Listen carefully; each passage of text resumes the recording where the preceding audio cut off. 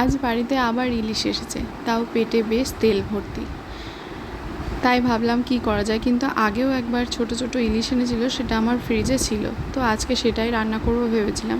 কিন্তু টাটকা ইলিশ দেখে একটু ভাজা খেতে খুব ইচ্ছা করলো, তাই আজকে একটু 2 পিস মাছ ভাজা আর একটু সেই তেল দিয়ে ভাত মেখে গরম গরম খেয়েছিলাম, বেশ ভালো লেগেছে।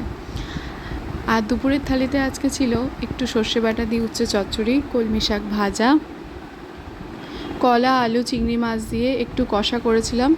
আর যে বলছিলাম ওই যে আগের ইলিশ ছোট সাইজের এনেছিল, সেটাই আজকে আমি বেগুন দিয়ে ঝাল করেছিলাম। আর পেঁপে আলু দিয়ে শিঙি মাছ দিয়ে ঝোল। আর শেষে ছিল কেওড়ার টক, 2টো লাড্ডু, আর ছিল ফল ছিল আজকে আনারস। আজকের থালিটা তোমাদের কেমন লাগলো? থালিটা যদি ভালো লেগে থাকে প্লিজ একটা লাইক করে দিও, আর চ্যানেলটিকে সাবস্ক্রাইব করে দিও।